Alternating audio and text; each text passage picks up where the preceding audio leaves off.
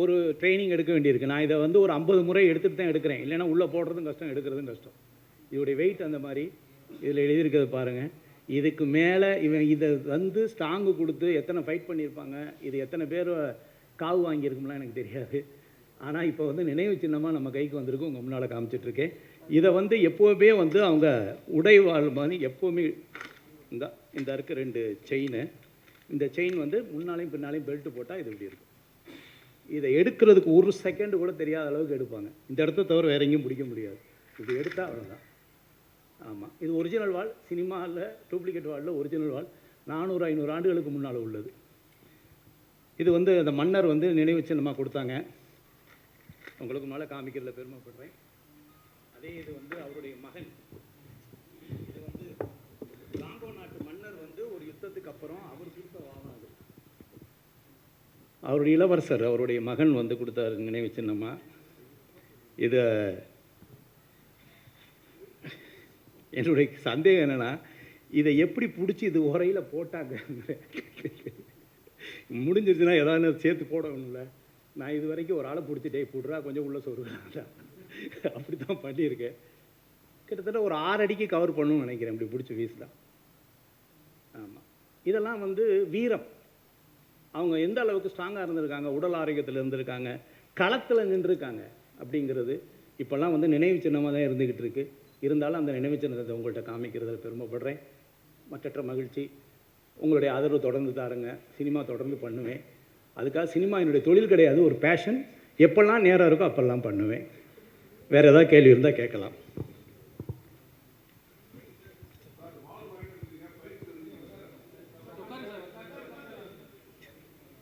பயிற்சியா? அதாவது நமக்கு வந்து ஃபைட்டு மாஸ்டர் இருக்க வரைக்கும் பயிற்சியெல்லாம் தேவையில்லை. ஓரளவுக்கு என் படத்தில் நான் வந்து டூப் போடாமல் தான் பண்ணியிருக்கேன் அத்தனை படமும். நிச்சயமாக வால் ஃபைட்டாக இருந்துச்சுன்னா கற்றுக்குவேன்.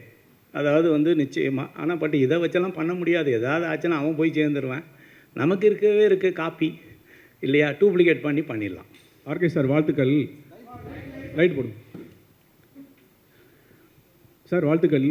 எங்களுக்கு வந்து இந்த டத்தோஸ்ரீனா என்ன, டான் 3 ஷட்டோனா என்ன, அது என்ன வித்தியாசம், இது எதுக்காக கொடுப்பாங்க, எந்த நாடு கொஞ்சம் அதாவது வந்து சேவை மனப்பான்மை புதிய கண்டுபிடிப்பு மக்களுக்கு அப்படிங்கிறது. நான் வந்து பணம் கொடுத்தா கூட 1 லட்சம் கொடுக்கலாம், 2 லட்சம் கொடுக்கலாம், 10 லட்சம் கொடுக்கலாம், கோடி கொடுக்கலாம், திரும்ப திரும்ப எதிர்பார்ப்பாங்க. ஒரு மனிதனுக்கு அறிவு கண்ணை திறந்து விட்டால், தன்னம்பிக்கை என்ற மிகப்பெரிய சக்தியை அவன் மனசுக்குள்ளே கொடுத்துட்டா அது என்றைக்கும் ஊற்றெடுக்கும். நான் எத்தனையோ லட்சக்கணக்கான பேருக்கு வந்து தன்னம்பிக்கை எடுத்திருக்கேன். வெற்றியாளர்கள் இருக்காங்க எவ்வளோ பேருக்கு. என் பேச்சை கேட்டு வாழ்க்கையில் மிகப்பெரிய லெவலில் பொருளாதார சுதந்திரம் அடைஞ்சவங்க எத்தனையோ பேர். அந்த சேவை செஞ்சுருக்கேன். 1. 2வது விஐபி இந்த இது மட்டும் இல்லை, கொரட்டைக்கு நான் மருந்து கண்டுபிடிச்சிருக்கேன். உலகத்திலே கிடையாது. இங்கே இருக்காங்க அத்தனை பேரும் நான் இலவசமாக உங்களுக்கு தரேன் கொரட்டை. நீங்கள் ஒரு 7 நாள் உச்சந்தலையில் தடவுங்க, கொரட்டை வந்து 0. Sleep apnea dangerous, heart attack. நிறைய பேர் நைட்டில் செத்து போயிடுவாங்க. காரணம் என்னென்னா கொரட்டை தான் காரணம். ஆக்சிஜன் ஃப்ளோ இருக்காது. அதுக்கு எப்படி இருக்குன்னா 50,000 ரூபாய்க்கு பெரிய மாஸ்க் இருக்குது, சைலன்சர். வண்டிக்கு மட்டும் சைலன்சர் இல்லை, இப்போ மூக்குக்கெல்லாம் சைலன்சர் இருக்குது. 2 சைடும் போட்டு பக்கத்தில் பொண்டாட்டி நிம்மதியாக தூங்கணும்னா இவன் சைலன்சர் மாட்டணும். எந்திரிச்சு பார்த்தா நமக்கே பயமாக இருக்கும், ஐயோ எவனோ ஒருத்தன் படுத்து கிடக்கலாம் பக்கத்துலேயும். இப்போல்லாம் கொரட்டை வந்துச்சுன்னா அவங்க அந்த ரூம் இவன் இந்த ரூம், அப்படி தானே இருக்க வேண்டியிருக்கு.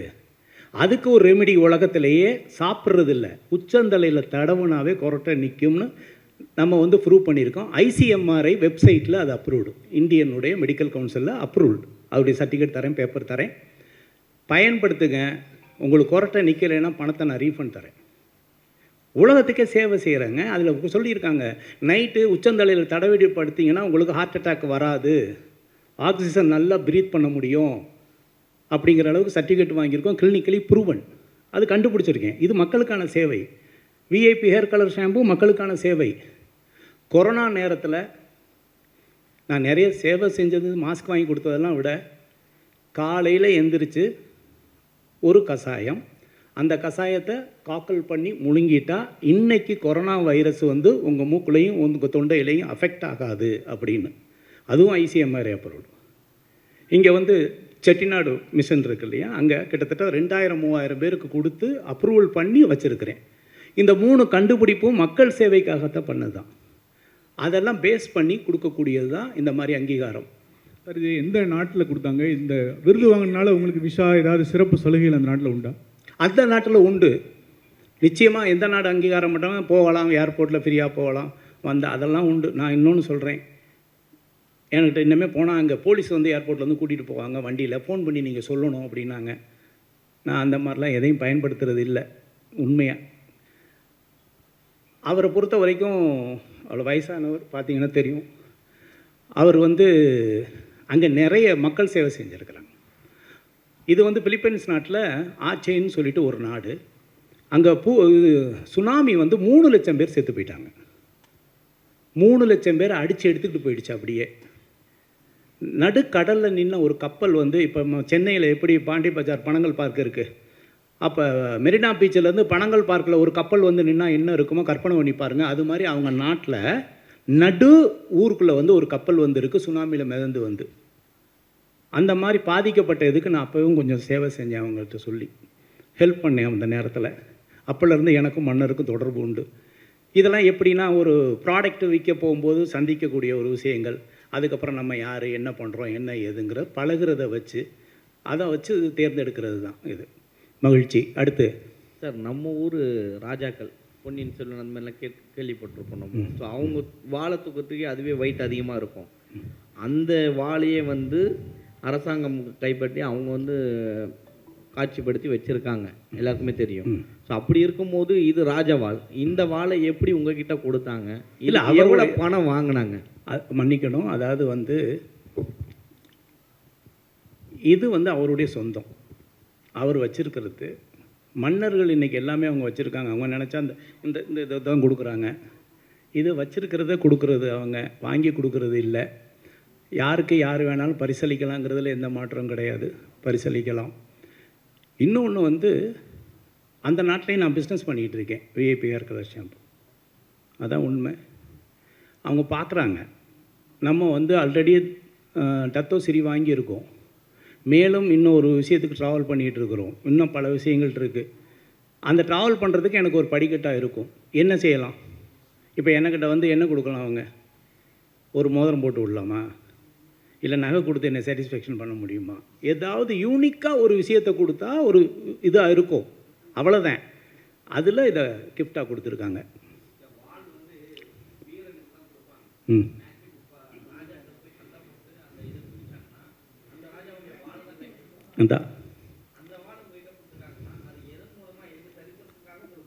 மனிதர்களுடைய எண்ணத்தை மாற்றி அமைக்கக்கூடிய வீரனாக நான் இருக்கிறேன்.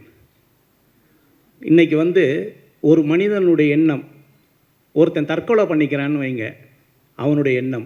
ஒருத்தன் மனித வெடிகுண்டாக மாறுகிறான் என்றால் அது அவனுடைய எண்ணம் கிடையாது, இன்னொருத்தன் மோட்டிவேட் பண்ணுறான். தன்னுடைய இடுப்பிலே தானே ஒரு குண்டை கட்டிட்டு அதை பட்டன் அமைக்கி ஒருத்தன் சாகுடான்னு சொல்லணும் ஒருத்தன் மோட்டிவேட் பண்ணுறான்னு வைங்களேன். இந்த ஆயுதத்தை விட வார்த்தை என்ற ஆயுதம் மிகப்பெரியது.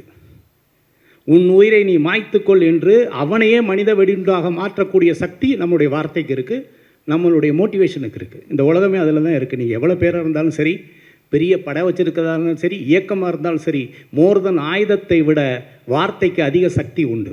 மோட்டிவேட் பண்ணுறாங்க. என் பின்னால் ஒரு கூட்டம் இருக்குது அப்படின்னு சொல்கிறாங்களே, எதை வச்சு சொல்கிறாங்க? அவங்களுடைய வார்த்தையை வச்சு தான், அவங்களுடைய பேச்சை வச்சு தான். என்னை பொறுத்தவரை இந்த ஆயுதத்தை விட உங்களுடைய பேச்சு மிகப்பெரிய ஒரு ஆயுதம். எண்ணத்தை மாற்றிவிடும், வாழ்க்கையை வளமாகவும் மாற்றிவிடும். இல்லை என்றால் தற்கொலை செய்யக்கூட அது தன்னை மாற்றிவிடக்கூடிய சக்தி வாய்ந்தது. வாளுக்கு அது கிடையாது, மனிதனுக்கு அது உண்டு.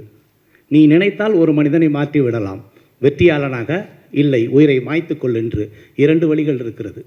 அதனால் பேச்சுக்கு அதிக சக்தி உண்டு. சார் வணக்கம். ஆர்கே சார் வாழ்த்துக்கள் சார். வாழ்த்துக்கள் சார். சார் நீங்கள் கொரட்டைக்கு மருந்து கண்டுபிடிச்சிருக்கேன் அப்படின்னு சொன்னீங்க. அதை உச்சந்தலையில் வச்சா ஹார்ட் அட்டாக் கூட வராது அப்படின்னு சொன்னீங்க. இரவில் தூங்கும் பொழுது ஹார்ட் அட்டாக் வராது. நம்ம நாட்டில் நல்ல விஷயங்களை கண்டுபிடிச்சா அதை அங்கீகரிக்க மாட்டாங்க அப்படின்னு எல்லாருக்குமே தெரியும். அதை வெளிக்கொண்டு வர விட மாட்டாங்க. நீங்கள் கண்டுபிடிச்ச பொருளை வெளிக்கொண்டு வர விட்டாங்களா சார்? கண்டுபிடிச்சிருக்கேன், கிளினிக்கல் ஸ்டடி பண்ணியிருக்கேன். 500 பேரை வச்சு 1 மாதத்துக்கு அவங்கள தூக்க வச்சு ஸ்லிப் ஸ்டடி பண்ணி, இன்றைக்கி இவ்வளோ சவுண்ட் இருக்குது, இவ்வளோ ஆக்சிஜன் ஃப்ளோ இருக்குது, இதை பயன்படுத்தினா என்ன இருக்குதுன்னு மார்க்கெட் பண்ணிகிட்டு இருக்கேன். ஆனால் அதுலேயும் பேர் வைக்கக்கூடாது, கொரட்டை நின்றும் சொல்லக்கூடாது, இப்படி பல சட்டத்திட்டங்கள்லாம் இருக்குது, புரியுதுங்களா? அதையும் மீறி அந்த நியமம் மாற்றி எல்லாம் மாற்றி பண்ணிகிட்ருக்குறோம். இன்னொன்று நான் கேரண்டி தரேன், தலையில் தடவி கொரட்டை நிற்கலன்னு பணத்தை ரீஃபண்ட் தரேன், அந்த கேரண்டி தரேன். ஏன்னா இது வரைக்கும் கிட்டத்தட்ட ஒரு 50,000 பேர் யூஸ் பண்ணியிருக்காங்க, கிட்டத்தட்ட 4-5 வருஷமாக பண்ணிகிட்டு இருக்கேன். ஆமாம், யாருக்காக இருந்தாலும் நான் உங்களுக்கு இலவசமாக தரேன், நீங்கள் பயன்படுத்துங்க, கவலைப்படாதீங்க. சார் இன்னைக்கு கொரட்டையால் பல குடும்பங்களில் டைவர்ஸ் நடந்திருக்கு சார். கொரட்டையால் பல குடும்பங்களில் டைவர்ஸ் நடந்திருக்கு. அப்படி இருக்கும்போது நீங்கள் அதுக்கு ஒரு மருந்தை கண்டுபிடிச்சிருக்கீங்க. அது நீங்கள் ஏன் சார் இப்போ அதிகமாக ப்ரமோட் பண்ணலை? ஏன் ஸ்னோர் கேர் விஐபின்னு போட்டால் நெட்டில் இருக்குது, அமேசானில் இருக்குது, ஃப்ளிப்கார்ட் எல்லாத்துலேயும் இருக்குது. இல்லை, VIP snore care oil. Okay, ஐயா சார், அதான் மோட்டிவேஷன் நல்லா பேசுகிறீங்க. இதை மக்களுக்கு பயன்படுத்துக்கு அரசியலில் வரலாம்ல, நீங்கள் அவங்கள மோட்டிவேட் பண்ணலாம்ல. ஒன்றும் இல்லைண்ணா, தப்பாக நினைக்காதீங்க. நான் என்றைக்குமே அரசியல் வேண்டாம்னு நினைக்கிறேன். அரசியல் பண்ணுறதுக்கு நிறைய பேர் இருக்காங்க, நமக்கு அரசியல் வேண்டாம். நம்ம தெரிஞ்சது என்ன இருக்கோ அதை செஞ்சுட்டு போவோம், தெரியாது நமக்கு எதுக்கு. சரி சார், உங்கள் குருநாதர் மாதிரியே மனுஷனை நம்பாமல் விலங்கு வச்சு படம் பண்ணுறீங்க, அதில் மனுஷர்கள்னு நடிக்கிறாங்களா? கட்டாயமான, அதாவது யோகி பாபு அவர்கள் இருக்கிறார்கள், தம்பி ராமையா அவர்கள் இருக்கிறார்கள், நாசர் சார் இருக்கிறாங்க, நிறைய ஆர்டிஸ்ட். நான் என் படம்னாவே எல்லா ஆர்டிஸ்ட்டும் பக்கத்தில் நிப்பாட்டிக்குவேன், என்னை கொஞ்சம் பார்க்கணுன்னா அவங்களும் இருந்தால் சேர்த்து பார்ப்பாங்கன்னு. அதனால் தனியாக மட்டும் ஹீரோன்னு நினைக்கிறது இல்லை, டீம் ஒர்க்குன்னு நினச்சி ஆர்டிஸ்ட்டு நல்ல பாப்புலர் ஆர்டிஸ்ட் போட்டு தான் பண்ணியிருக்கிறேன். இதில் ஒரு அனிமல்னால் ஒரு வீட்டில் வளர்க்குற நாய். உண்மையாக சொல்லணுன்னா ஆணவ கொலை அனிமல்ஸையும் விடவில்லை. இன்றைக்கி ஆணவ கொலையை பற்றி எல்லோரும் பேசிகிட்டு இருக்கோம். பணக்காரன் வீட்டில் ஒரு நாய் இருந்தால் அந்த ஆணவ கொலை எப்படி இருக்கும், அதுதான் இந்த படத்துடைய கதை. ஓப்பனாகவே சொல்கிறேன். அந்த நாய் தங்கத்தட்டில் சாப்பிடுது, ஏசியில் படுத்துருக்குது, ஆனால் பெண் நாய். ரோட்டில் போகிற ஒரு ஏழையுடைய ஆண் நாய், அதுக்கு 2க்கும் லவ் வந்துருச்சு. யோசிச்சு பாருங்கள், இது எந்த அளவுக்கு ஒரு பணக்காரன் ரிவெஞ்சுக்கு ஆனான்னா, நம்ம மனுஷனை பற்றி பேசிகிட்டு இருக்கோங்க, அவன் வளர்த்த பெண் நாய்க்கு வந்த லவ்வுக்கு எதிரியாக மாறுறாங்க. அதாங்க கதை. சொல்லிட்டேங்க, ஆனால் படம் பாருங்கள், நல்லாயிருக்கும். எதுக்கு சொல்ல வரேன்னா, ஆணவ கொலை அனிமல்ஸையும் விடவில்லை. என் பணக்கார விட்டு பொண்ணாயிடா, எப்படா நீ ரோட்டில் ஒரு ஆம்பளை நாய் வளர்த்துனா கிஸ் பண்ணிவிடுமா, பார்த்துருவோமா அப்படின்னு ஒருத்தன் வில்லன் கிளம்பி வர்றான்னா, அதனால் ஒரு ஹீரோ என்ன பாதிக்கப்படுறான், அவன் வாழ்க்கை என்ன டிசாஸ்டர் ஆகுது அப்படிங்கிற ஒரு மிகப்பெரிய. ஐயா சார், சார் இந்த மோட்டிவேஷனல் ஸ்பீச்சஸ்ன்னு சொன்னீங்க இல்லையா, அது எந்த வகையில் அவங்க கவுண்ட் எடுத்து உங்களை ஹானர் பண்ணுறாங்க, எங்கே நீங்கள் மோட்டிவேஷன்? எனக்கு எல்லாமே விட்னஸ்க்கு வீடியோ இருக்குது, ட்ரைனிங் கிளாஸஸ் பண்ணது எல்லாமே இருக்குது. எல்லாமே யூடியூப்பில் இல்லை அந்த யூடியூப்பில் போட்டால் இலவசமாயிடும்.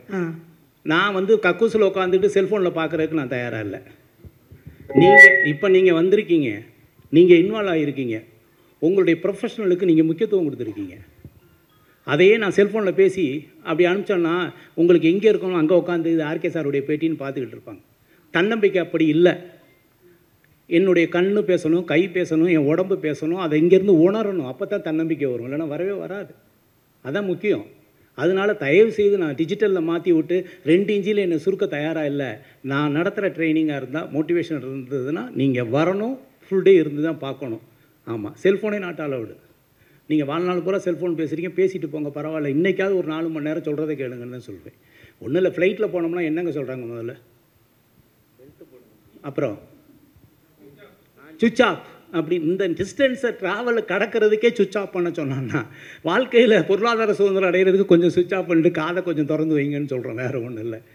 மகிழ்ச்சி. அடுத்து சார், ஒரு நாய் கதை சொன்னீங்களே, இப்போது நன்றி உள்ள கதை சொல்கிறேன். சமீபத்தில் பார்த்தீங்கன்னா ஒரு பொலிட்டீஷியன் அந்த நாயை அடித்ததுனால ஒரு பெரிய இதுவே ஆச்சு, பிரளயமாக ஆச்சு. எச் ராஜா அவர்கள் மேலே அது வழக்கே தொடரப்பட்டதுன்னு சொல்லி தகவல் வந்திருக்கு. ஸோ அதன் மீன் பண்ணி தான் நீங்கள் இந்த படம் எடுக்க. இது லவ் எச் ராஜாவை இது பண்ணுறதுக்கு அப்படிலாம் ஒன்றும் இல்லை. இது காதல் சம்மந்தப்பட்டது. ஒரு பணக்கார வீட்டில் ஒரு நாய் வளர்க்குறாங்க, பெண் நாய் வளர்க்குறாங்க. அது ஒரு ஏழை ஆண் நாயை காதல் பண்ணிடுது. நீங்கள் அது அடித்தது இல்லை. இந்த நாய் என் நாய் எவ்வளோ பெரிய பணக்கார நாய், நீ என்ன ரோட்டில் போகிற ஒரு இதை வச்சுட்டு என்கிட்ட பழக விடுறியான்னு. அதையும் மீறி அந்த நாய் ஏறி குதித்து அந்த காம்பவுண்டுக்குள்ளே பழகுது. இதுதான். ஆனால் ஹீரோ என்ன பாதிக்கப்படுறாங்கிறதான் கதை. சார் ஆர் கண்டன், கேமரா வந்து பாலசுப்ரமணியம் சார், இசை வந்து இமான் சார். சமீபத்தில் பார்த்தீங்கன்னா சீரியல் ஆக்டர் ஒரு நடிகை வந்து ஒரு ஆடிஷனில் ஒரு தவறான ஒரு வீடியோ இப்படி தான் பண்ணணும் அப்படின்னு சொல்லி ஆடிஷன் பண்ணதாக ஒரு வீடியோ லீக் ஆச்சு. சீரியல்லே இந்த நிலைமைனா சினிமாவில் எந்த நிலைமையில் இருக்குது பெண்களுடைய இது பாதுகாப்பு? அதாவது வந்து பெண்கள் பாதுகாப்பு அப்படிங்கிறது உலகத்திலேயே எல்லா நாட்டிலையும் பேசக்கூடிய விஷயம். கரெக்ட். நம்ம எல்லாருமே ஒரு விதமான அனிமல். உண்மையை சொல்கிறேன், நம்ம எல்லாருமே அனிமல் தான், விலங்கினத்தை சார்ந்தவர்கள் தான். நம்ம இன்னைக்கு நீங்கள் அங்கே உட்காந்துருக்கீங்க, நம்ம இங்கே உட்காந்துருக்கோம் அப்படின்னா நம்மளை பாதுகாக்கிறது நம்மளுடைய சட்டம். முடிஞ்சால் ஒரு 24 மணி நேரம் இந்த நாட்டில் உள்ள சட்டத்தை மட்டும் நீங்கள் ஃப்ரீஸ் பண்ணிவிட்டு யார் வேணாலும் என்ன வேணாலும் பண்ணுங்கன்னு சொல்லி பாருங்களேன், என்ன நடக்கும்? யாரும் பணக்காரனாக இருக்க மாட்டான். எந்த பெண்களாக இருந்தாலும் யார் இருந்தாலும் யாருமே இருக்க மாட்டாங்க. உண்மையை சொல்கிறேன். நீங்கள் நானும் இன்றைக்கி இப்படி உட்காந்துருக்கோம்னா நம்மளை காற்றில் இந்த சட்டம் நம்மளை பாதுகாக்கிறது. யாரையாவது பார்த்து கை நீட்டி உன்னை கொண்டு விடுவேன்னு சொன்னோம்னா சட்டம் பாதுகாக்குது. கையை பிடிச்சி இழுக்கலான்னு சொன்னால் சட்டம் பாதுகாக்குது. இதை மீறி தவறுகள் நடக்கிறது அப்படிங்கிறது நடந்துக்கிட்டே தான் இருக்குது. இந்த உலகத்தில் திருடனா பார்த்து திருட்ட ஒழிக்க முடியாதுங்கிற மாதிரி உண்மையாலுமே கடுமையான சட்டங்கள் இருக்கிறது. இன்னும் கடுமையாக்கப்பட வேண்டும்ங்கிறத என்னுடைய வேண்டுகோள். ஆனால் நம்ம யாருன்னு ஒரிஜினலாக உங்களுக்கு தெரியணும் அப்படின்னா ஒரு 24 மணி நேரம் இந்தியாவில் இருக்க என்ன எல்லா சட்டத்தையும் ஃப்ரீஸ் பண்ணி வைக்கிறோம். முடிஞ்சால் நீ 24 மணி நேரம் வாழ்ந்துக்கடான்னு சொல்லி பாருங்கள், நம்ம யாருன்னு இந்த உலகத்துக்கு தெரியும். உண்மையான விலங்கு யார்? இந்த மனிதர்களும் தெரியும். சட்டம் நம்மளை பாதுகாத்து கொண்டு இருக்கிறது. சட்டம் நம்மளை நிம்மதியாக தூங்க வைத்து கொண்டு இருக்கிறது. சட்டம் காற்றில் கலந்து நமக்கு பயத்தை காமிச்சு இருக்குது. இதை செய்யாத, அதை செஞ்சிடாத, இதை பண்ணிடாத, அதை பண்ணிடாத, தனியாக அப்படி இருக்குது அது அப்படின்னு சொல்லி வச்சுருக்காங்க. சட்டம்தான் இன்னும் கடுமையாக்கப்பட வேண்டும். அந்த பயம் இல்லைன்னா இப்படி வேணால் செஞ்சு பாருங்கள். நான் சொல்கிறது செஞ்சு பாருங்கங்க. 24 மணி நேரம் சட்டமே கிடையாது. என்ன வேணாலும் தப்பு பண்ணிக்க, ஜாலியாக இருந்துக்க, யாரும் பணத்தை வேணாலும் எடுத்துக்க, யாரை வேணாலும் கையை பிடிச்சி இழுத்துக்க, நீ எதை வேணாலும் பண்ணிக்கன்னு சொல்லி பாருங்களேன். இப்போ நான் நேர்மை நாணயம்னு பேசுகிற நம்மளுடைய உண்மையான கோணம் என்னன்னு அன்னைக்கு தெரியும். இன்னைக்கு நம்ம இப்படி வாழ்கிறதுக்கே சட்டம் தான் பாதுகாப்பு. சட்டம் தான் நம்மளை தனித்துவத்தில் வச்சிருக்கு. சட்டத்தை இன்னும் கடுமையாக்கப்பட வேண்டும். சட்டம் இன்னும் மனிதன் மனதில் ஆழமாக பதிய வேண்டும். பயம் இருக்கணும், இல்லைன்னா செஞ்சிருவாங்க. சார், அப்போ மனித ஒழுக்கம்லாம் ஒன்றுமே இல்லைன்னு சொல்கிறீங்களா? மனித ஒழுக்கம் இருக்குது. என்னத்துக்கு பின்னால் இருக்குன்னா சட்டத்துக்கு பின்னால் இருக்குது. யாரையுமே வந்து கோபம் வந்தோடனே கை நீட்டி அடிச்சிடக்கூடாது. கரெக்டாக? இதில் ஒழுக்கம் இல்லை, கோபம். நான் வந்து ஒருத்தரை அடிக்கக்கூட, என் தம்பியை நான் அடிக்கலாம், கரெக்டாக? ஆனால் தம்பியை கூட அடிக்கக்கூடாது, அது சட்டம். அப்போ என்ன சொல்ல வரேன்னா சட்டம் அதை விட காற்றுல கலந்துருக்குன்னு சொல்கிறேன். நமக்கு எப்பாவது ஒரு ட்ரிப் கோபம் வரலாங்க. அப்போ சட்ட விதிமீறலாம் நடக்குது சார். அதுங்க சார், சட்ட விதிமீறல் நடக்குதுல்ல, போலீஸ் என்கவுண்டர்லாம் நடக்குது. அதெல்லாம் அதை தாங்க சொல்கிறேன். அவங்க மட்டும் சரி பண்ணலாமா? அது இல்லை, நான் என்ன சொல்ல வரேன்னா அது இதையே சட்டமாக தான் வடிவமைச்சிருக்காங்க.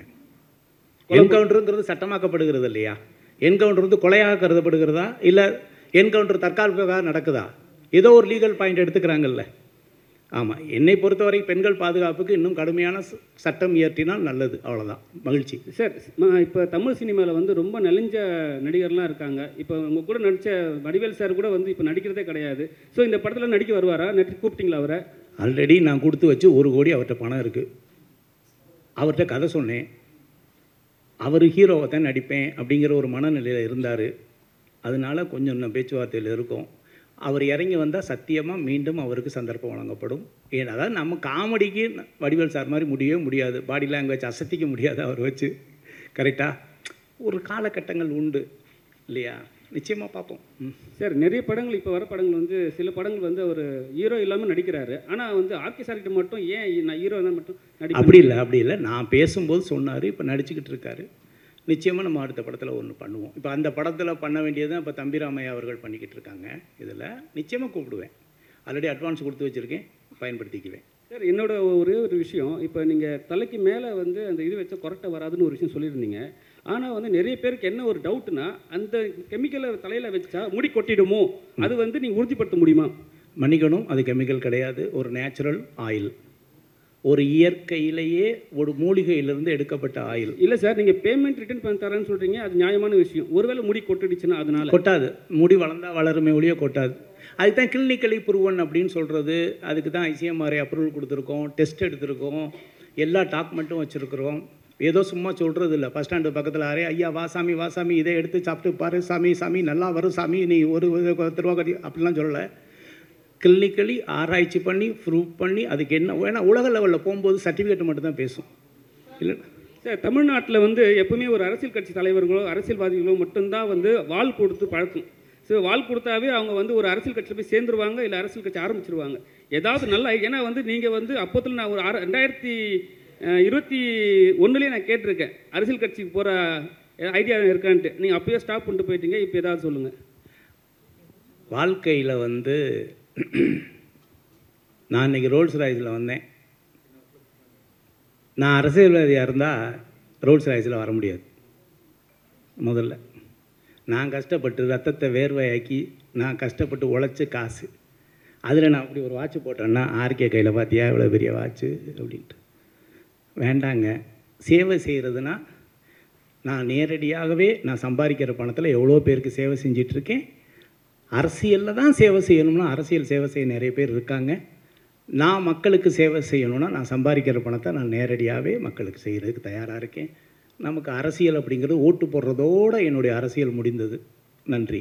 சார், அப்போ விஜயோட அரசியல் அதே மாதிரி தான் இருக்குமா? விடுங்க, அடுத்து அது அவர்கிட்ட கேட்கணும்.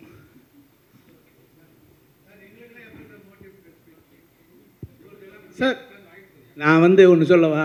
அதாவது ஜான் வந்து எப்போ சொன்னாலும் சரி, ஒரு சார் நம்ம எதாவது அப்படி பண்ணணும் இப்படி பண்ணணும் எதாவது சொல்லுவார். நான் சினிமா ப்ரொஜெக்ஷன் முடிஞ்சு நான் தான் முத இந்த கிஃப்ட்டு கொடுத்து விட்டேன், வீட்டுக்கு தூக்கிட்டு போங்கன்னு சார். ஏன்னா அதுவே ஒரு மோட்டிவேஷன்.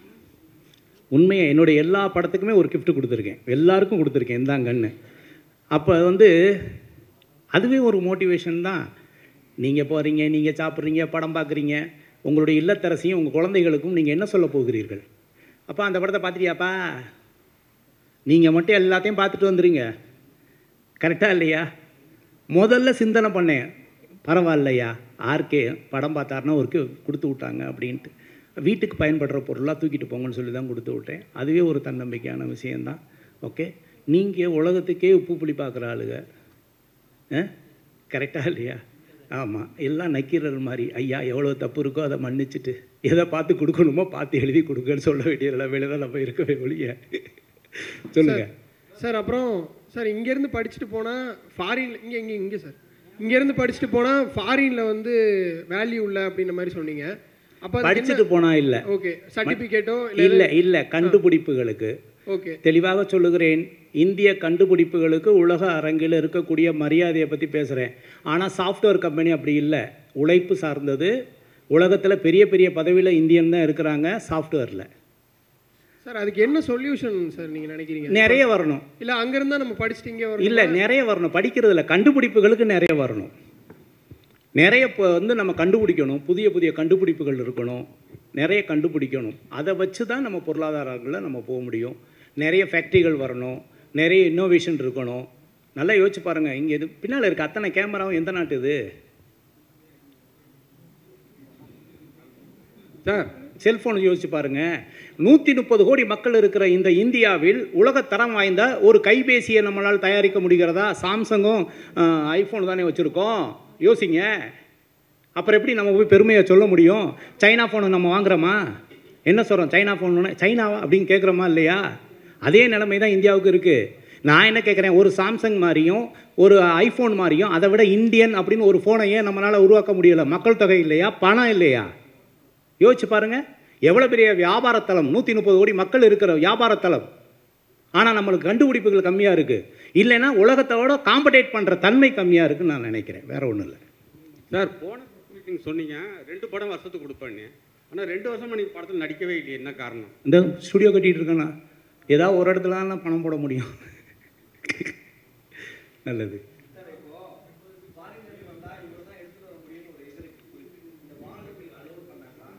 நீங்கள் வந்து வெளிநாட்டிலேருந்து கத்தி வாங்கின்னு வரலாம். ஏன்னா பெரிய பெரிய கத்திலாம், ஆர்டிஃபிஷியல் கத்திலாம் இருக்குல்ல, பெருசாக இருக்கு இல்லையா, தங்கம் தான் எடுத்துகிட்டு வரக்கூடாது. ஓகே, இல்லை அந்த மன்னர் வந்து அனுபவிச்சது கோல்டு கோட்டர்னு நினச்சிக்கோங்க.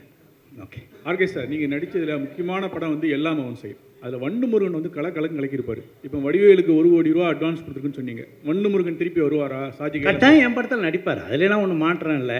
அந்த கதையில் அவருக்கு மாற்று கருத்து இருந்திருக்கலாம். அவருக்கு ஏற்ற ஒத்த கருத்தாக இருந்தால் நிச்சயமாக அவர் நடிப்பதற்கு தயாராக இருப்பார். நெருங்கிய நண்பர் கூட. அந்த 1 கோடி ரூபாய்க்கு எப்படி சார் மனசு வந்தது? இவ்வளோ நாள் அப்படியே வச்சிருக்காரு அவர்? அப்படிலாம் ஒன்றும் இல்லை. அந்த படம் பேசி ஷூட்டிங் போகிற நிலமையில் இருந்தது. அது டைரக்டருக்கும் அவருக்கும் உள்ள ஒரு சின்ன இஷ்யூனால அவர் சரிங்க சார். இன்றைக்கி இருக்கிற சுச்சுவேஷனில் நார்மல் பர்சனே ப்ரொமோஷனுக்கு அதிகமாக பண்ணுறாங்க. அப்படி அதுக்கு அடுத்தது பார்த்திங்கன்னா அரசியலுக்கு போயிடுறாங்க.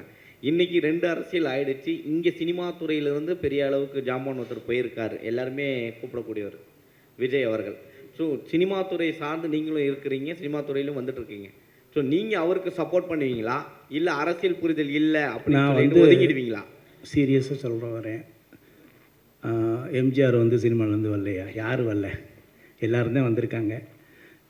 என்னை பொறுத்தவரை வந்து நான் இது அரசியல் மேடையாக கருதவில்லை, அவ்வளோதான். சப்போர்ட் பண்ணலை விஜய் அப்படி நினைக்கல. அதாவது வந்து வளர்ந்து வர்ற எல்லாருக்குமே யாராக இருந்தாலும் சரி, அவங்கவுங்க அவங்க கடமையை செய்ய போகிறாங்க, அவங்க கருத்தை சொல்ல போகிறாங்க, மக்கள் ஏற்றுக்க போகிறாங்க. இப்போ நான் அரசியலுக்கு வரேன்னு என்கிட்ட கேட்டால் பரவாயில்ல. என்ன, நான் அரசியல் சார்ந்து ஓட்டு போடுறதோடு நிறுத்திக்கிட்டு இருக்கேங்கிறதே சொல்லியிருக்கிறேன். எல்லோரும் வரணும், எல்லோரும் மக்களுக்கு சேவை செய்யணும், எல்லாருமே களத்தில் இறங்குறது நிச்சயமாக நாகரிகமான செயல், அதில் மாற்றமே கிடையாது. அனைவரையுமே வரவேற்போம். யார் அரசியலுக்கு வந்தாலும் சரி, அது சீமானாக இருந்தாலும் சரி, விஜயாக இருந்தாலும் சரி, இன்னும் யார் வந்தாலும் சரி, வரவேற்போம். வாழ்க வளமுடன். சார், இது எல்லாம் அவன் செய்யலா இல்லை ஆர்கே செய்யலா? அதாவது அவனின்றி அணுவும் அசையாது, அவ்வளோதான். ஆமாம். அதனால்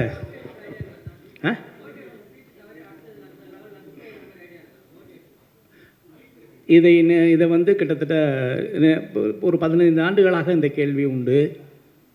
மேபி என்னுடைய கருத்து தவறாக இருக்கலாம். இந்த உலகத்தில் யாரெல்லாம் வெற்றி அடைய முடியும் என்று புத்தகம் எழுதினார்களோ அவர்கள் தன்னுடைய வாழ்க்கையில் சாதிக்க முடியாத ஒரு விஷயத்தை புத்தகமாக மாற்றி காட்டியிருக்கிறார்கள். இதையெல்லாம் செய்தால் நீங்கள் வெற்றி அடைய முடியும் என்று. என்னுடைய லட்சியம் வந்து புக் எழுதுவதல்ல, சுயசரிதை எழுத வேண்டும் என்பதற்காக இந்த ஆர்கே போராடி கொண்டு இருக்கிறேன். என்னை பற்றி சுயசரிதை எழுதுறதுக்கு என்னுடைய தன்னம்பிக்கை வளர்த்துக்கணும், உழைப்பை வளர்த்துக்கணும், கண்டுபிடிக்க வளர்த்துக்கணும். ஒழிய நானும் வெற்றி அடைவது எப்படின்னு புக் எழுதிட்டேன்னு வைங்களேன், அது முடிஞ்சிடும். வேண்டாம். நம்மளை இன்னொருத்தர் சுயசரிதை எழுதுகிற அளவுக்கு நம்ம போராடணும், உழைக்கணும், அந்த இலக்கை நோக்கி ட்ராவல் பண்ணணுங்கிறதுக்காக தான் புக் எழுதலை, வேறு ஒன்றும் இல்லை. மகிழ்ச்சி.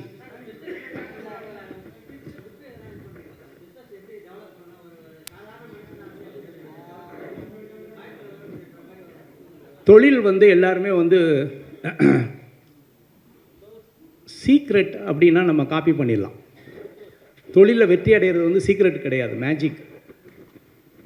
நகைக்கடை எடுத்துக்கோங்க, எல்லாமே 916 KTM தானே. ஒரு நகைக்கடையில் 2000-3000 பேர் உள்ளே நிற்கிறான். பக்கத்தில் உள்ள நகைக்கடையில் 4 பேர் உள்ளே போகல. நகை தானேங்க, நகை தானே. சீக்ரெட்டாக இருந்தால் நானே பிரிண்ட் அவுட் எடுத்து உங்களுக்கு கொடுத்துருவேனே, இந்த சீக்ரெட்டை பயன்படுத்துக்குன்னு சொல்லிட்டு. மேஜிக் ஆஃப் சக்ஸஸ்னு ஒன்று இருக்குது. இந்த தொழிலில் வெற்றியாளர்கள் வந்து மேஜிக் ஆஃப் சக்ஸஸ் தான் பண்ணுறாங்க. ஒரு மியூசிஷியன் மாதிரி தான் இருக்குது.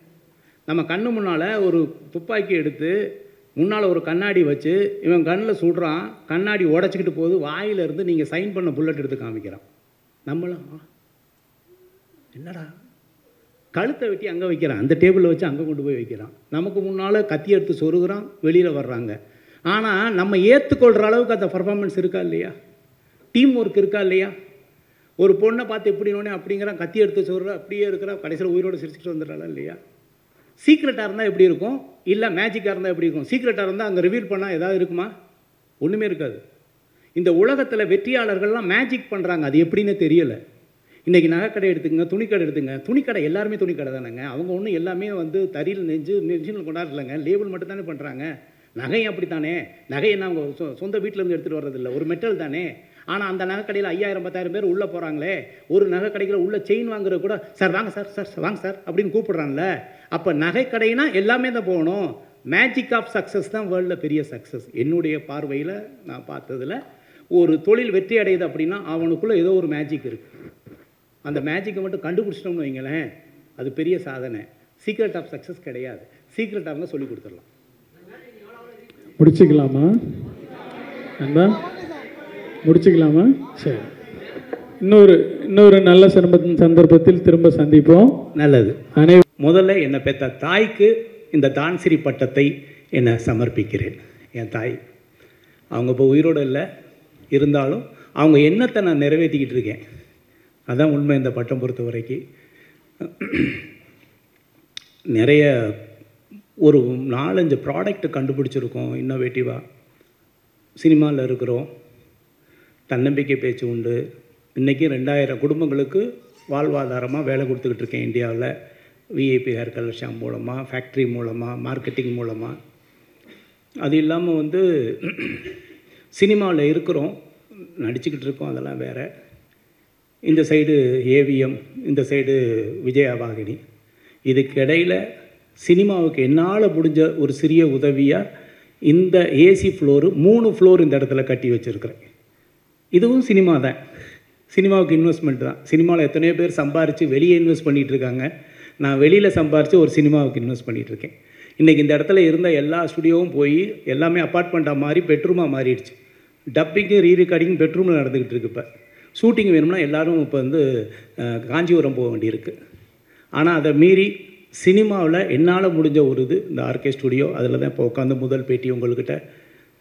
இந்த அவார்டு பொறுத்த வரைக்கும் ஆல்ரெடி நான் 18 நாட்டில் சிறந்த பேச்சாளர், தன்னம்பிக்கை மோட்டிவேட்டர் பேசுவார் அப்படின்னு சொல்லி கொடுத்துருக்காங்க டாக்டர் பட்டம். அதை மீறி நிறைய ப்ராஜெக்ட் பண்ணிகிட்டே இருக்கிறேன். பெரும்பாலும் சினிமாவில் இந்த மாதிரி அவார்ட்லாம் நிறைய நடக்கும், தமிழ்நாட்டிலேயும் நடக்கும், இந்தியாவில் நடக்கும். என்ன இருந்தாலும் ஆஸ்கார் வாங்குறது தான் எல்லாருமே பெருமையாக நினைப்பாங்க. இல்லை வந்து இட்டாலியில் போய் வாங்கினா நல்லதுன்னு நினைப்பாங்க. வெளிநாட்டிலேருந்து ஒரு மன்னர் வந்து ஒரு அங்கீகாரம் அப்படிங்கிறது தமிழனுக்கும் தமிழன் செய்கிற தொழிலுக்கும் ஒரு வரவேற்பு உண்டு. விஐபி ஹேர் கலர் ஷாம்பு அப்படிங்கிறது உலகத்திலே இல்லாத, க்ளவுஸ் போடாமல் அப்படியே தொடலான்னு சொன்னேன். வெளிநாட்டுக்காரையும் ஏற்றுக்கலை. தமிழ்நாட்டில் இருக்க ஒருத்தன் கண்டுபிடிச்சிருக்குது, அது எப்படி சாத்தியம்? வெளிநாட்டில் மார்க்கெட்டிங் போனவுடனே நிறுத்திடுவான். நான் அழகாக சொல்வது உண்டு. தமிழ்நாட்டில் செருப்பு ஃபேக்ட்ரி வச்சுருக்கவங்க அமெரிக்காவில் செருப்பு தைக்கிறதுக்கு அனுமதிக்க மாட்டாங்க, நம்ம போக முடியாது. ஆனால் அமெரிக்காவில் செருப்பு தைக்கிறவன் இந்தியாவில் என்ன வேணாலும் பண்ணுறதுக்கு அனுமதி உண்டு. அப்படின்னு நம்மளை அலோவ் பண்ணுறதில்ல. உங்கள் கண்டுபிடிப்பா, இந்தியாவில் கண்டுபிடிச்சிருக்கீங்களா? அதெல்லாம் இல்லை அப்படின்னு. என்னால் வந்து உலக அரங்கில் போராட முடியலை. நீங்கள் க்ளவுஸ் எல்லாம் பயன்படுத்தலாம், கண்டுபிடிச்சிருக்கேன். இந்திய அரசாங்கம் 20 ஆண்டுகள் எனக்கு பேட்டர்ன் கொடுத்துருக்காங்க, இன்டலெக்சுவல் ப்ராப்பர்ட்டி அப்படின்ட்டு. சர்டிஃபிகேட் காமிச்சா கூட ஒத்துக்கலை. என்ன பண்ணால் தான் ஏன் ஒத்துக்குவீங்கன்னு கேட்டால், இல்லை சார் அது இந்தியா சைனா அதெல்லாம் அப்படிங்கிறான். அப்போது ஒரு முடிவெடுத்து லண்டனில் போய் கின்னஸ் வேர்ல்ட் ரெக்கார்டு ஆஃபீஸில் அப்ளை பண்ணி, உலகத்திலே வெறுங்கையில் பயன்படுத்தக்கூடிய ப்ராடக்டை ஒரு தமிழனாக ஒரு இந்தியனை நான் கண்டுபிடிச்சிருக்கேன், ப்ரூவ் பண்ணுறேன்னு சொல்லி 1000 பேர் தலையில் ஹேர் கலர் இது கிரே ஹேரோடு இருக்கிறவங்களுக்கு ஹேர் கலர் பண்ண வச்சு, வெறுங்கையில் பண்ண வச்சு, கையில் ஒட்டலைன்னு ப்ரூவ் பண்ணதுக்கப்புறம் தான் உலக மார்க்கெட்டில் நான் என்ட்ரி ஆனேன். ஏன்னா இன்றைக்கி இந்தியர்கள் தொழில் செஞ்சாலும் தமிழர்களாக இருந்தாலும் உலக மார்க்கெட்டில் அங்கீகாரம் கிடைக்கல. இந்த அங்கீகாரத்துக்கு ஒரு படிக்கட்டாக தான் இதை நான் பார்க்குறேன். வெளிநாட்டிலேருந்து ஒரு மனித தொழில் செய்கிறாங்க, ஒரு பண்ணுறாரு, இந்தாங்கன்னு சொல்லும்போது வெளிநாட்டில் போகும்போது நமக்கு ஒரு விசிட்டிங் கார்டாக இருக்குது. அதான் உண்மை. இதனால் நான் வந்து சாதிச்சிட்டேன்னு சொல்கிறத விட சாதனை நோக்கி பயணிக்கிறதுக்கு ஒரு பாதையாக இந்த தான்சிரி எனக்கு அமையும். கின்னஸ் வேர்ல்ட் ரெக்கார்டும் அப்படி தான். கின்னஸ் வேர்ல்ட் ரெக்கார்டு படைச்சிருக்கேன், கையில் ஒட்டாதுன்னு சொன்னப்போ எல்லோரும் வரவேற்றாங்க. ஒரு 25 கண்ட்ரியில் பிஸ்னஸ் பண்ணிக்கிட்டு இருக்கேன். ஆமாம், பிஸ்னஸ் பண்ணிக்கிட்டு இருக்கேன். ஆனால் சினிமாவுக்கு ஒரு ஸ்டுடியோ கட்டி வச்சுருக்கேன். இங்கே பார்த்தீங்களா எவ்வளோ பெரிய ஏசி ஃப்ளோர் இருக்குன்னு. உண்மையை சொல்கிறேன். இப்போ ஒரு படம் பண்ணிக்கிட்டு இருக்கேன்னா, ஒரு விலங்குகளை வச்சு குடும்பத்தோடு பார்க்குற படம் ஆல்மோஸ்ட் ஷூட்டிங் முடிஞ்சிருக்கு, விரைவில் ரிலீஸுக்கு வரும். சினிமா அப்படிங்கிறது என்னுடைய கனவு, என்னுடைய பேஷன். அதை விட சினிமாவில் நம்ம இருக்கோங்கிறதுக்கு நிச்சயமாக நான் ஒரு சேவையாக நினைக்கிறேன் இந்த ஸ்டுடியோவை. இதில் பிளாட் கட்டியிருந்தால் நல்லா கட்டியிருக்கலாம், நல்ல வீடு கட்டியிருக்கலாம், எல்லாம் கட்டியிருக்கலாம். ஆனால் இந்த கோடம்பாக்கம் அப்படிங்கிறது உலகுக்கே தெரிஞ்ச ஒரு விஷயம். சென்னைனாவே கோடம்பாக்கம் தான் பேசப்படுற விஷயம். நான்லாம் வந்து காரைக்குடியிலேருந்து கனவு கண்டு கோடம்பாக்கத்துக்கு வந்தவன். எத்தனையோ இளைஞர்களுக்கு முன்னுதாரணமாக அந்த கோடம்பாக்கங்கிற பேர் இருந்திருக்கு. ஆனால் இந்த சினிமாவை கோடம்பாக்கத்தை விட்டு துரத்திட்டாங்க. இப்போ கோடம்பாக்கத்தில் இல்லை சினிமா. என்னன்னாலும் இருக்கணும்னு நினச்சி தான் இந்த ஸ்டுடியோ கட்டியிருக்கேன். ஆதரவு தாருங்க.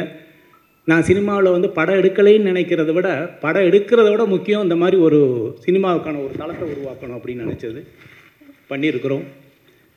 அவங்க வந்து அங்கீகாரம் கொடுத்த ஒரு சர்டிஃபிகேட் இருக்குது. அந்த மன்னர் இருந்தாலும் என்னுடைய பேச்சும் என்னுடைய உழைப்பையும் பார்த்துட்டு அவர் வந்து கிட்டத்தட்ட ஒரு 400 ஆண்டுகளுக்கு முன்னால் இருக்கிற ஒரு வாளை வந்து எனக்கு பரிசளித்தார். அவருடைய மகன் அதே மாதிரி ஒரு பரிசளித்தாங்க. நினைவு சின்னம் அப்படிங்கிறது அவங்கள பொறுத்த வரைக்கும் இதை எடுத்துகிட்டு போங்க, நாங்கள் லெட்டர் தரோம் இது உங்களுக்கு அப்படின்னு அதோடைய வீடியோலாம் கொடுத்துருக்கேன் ஜானுக்கிட்ட. இந்த என்னால் தூக்க முடியல, நான் உண்மையாக அதை தூக்க முடியல. ஏன்னா சினிமானா ஒரு அட்டக்கத்தி கொடுத்துருவாங்க, அழகாக பெயிண்ட் அடித்து இப்படி சிக்ஸின்னு தண்ணிடலாம். இது ஒத்த கையில் பிடிச்சி இப்படி நிப்பாட்டுறதுக்கு ஒரு ஸ்டில்லுக்கு நான் படாத கஷ்டப்பட்டேன், கை ஆடிச்சு விடு விடு விடுன்னு. அந்த காலத்தில் வந்து வீரம் அப்படிங்கிறது இந்த வாளை தொட்டு பார்க்கும்போது தெரியும் ஒருத்தனுக்கு வந்து எவ்வளோ பெரிய வீரம் இருந்திருக்கும், அந்த வீரத்துக்கு அவன் எவ்வளோ தகுதியானவனாக இருந்தால் அந்த வாளை எடுத்து ஃபைட் பண்ணியிருப்பாங்க அப்படின்ட்டு. இப்போவும் யுத்தம் நடக்குது உலக லெவலில். கம்ப்யூட்டர் கேம்ஸ் பார்த்த மாதிரி இருக்குது. நீங்கள் வேணால் பாருங்கள், அப்படி தான் இருக்குது. கம்ப்யூட்டர் கேம் மாதிரி தான் இருக்குது. எத்தனையோ யுத்தம் பார்த்துட்டு இருக்கோம். அந்த காலத்தில் களத்தில் இறங்கி அவங்களுடைய வீரத்தை காட்டின வாள், அவங்கனால இதை எடுத்து வீச முடியும்னு காட்டின வாள். இப்போ அப்படிலாம் இல்லை, கம்ப்யூட்டர் உலகமாக மாறிடுச்சு, யுத்தம் வேறு மாதிரி போயிட்டுருக்கு, டிஜிட்டலில் போயிட்டுருக்கு, ஏஐயில் போயிட்டுருக்கு. ஆனால் எனக்கு இந்த வாளை பரிசளித்தது பெருமையாக நினைக்கிறேன். அதை இந்தியாவுக்கு எடுத்துகிட்டு வந்திருக்கேன். அதை உங்கள்கிட்ட காமிக்கிறதும் சந்தோஷத்தை பகிர்ந்துக்கிறதா நினைக்கிறேன். மகிழ்ச்சி. வேறு ஏதாவது நீங்கள் கேள்விகள் இருந்தால் கேட்கலாம்.